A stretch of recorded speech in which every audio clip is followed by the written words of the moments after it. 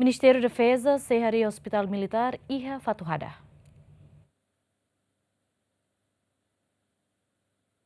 Ministro da Defesa, Dona Anciano Costa Gomes Pedro Clamar Fuica Teten, governo e na plano atuaria Hospital Militar, o andar Ualu e a área Fatuhada, no nebele foi atendimento para militar Sirnebe sofre moras. Agora, o Hospital Militar, nebe mas se retan doação ao China, sei que uma informação ao Sira que até ia dar lá nebe mas diagona, cedo ou tarde se avisa mais para estar o todo, atene e lança a primeira pedra e depois irá começar a construção. Fátima que é quartel-general de Nicotuk e espaço nebe mas boto se Cotuk né, se for hectare e Cotuk nem hectare rua.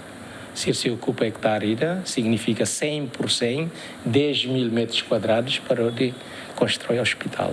O hospital que é moderno, completo, andar walo, o cama atuzida, o sala de emergência próprio, sala internamento próprias, para VIPs ou para pacientes normais. E as especialidades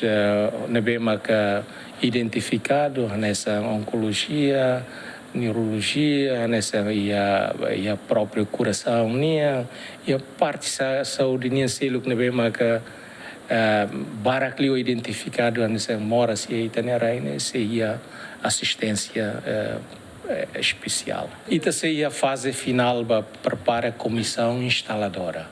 Comissão instaladora, né? Comissão ainda não mas se prepara outro projeto, atuação, Rio Hospital Militar. Hospital Militar né se constrói e atina né no reta na apoio do governo China. João Carlos, GMN.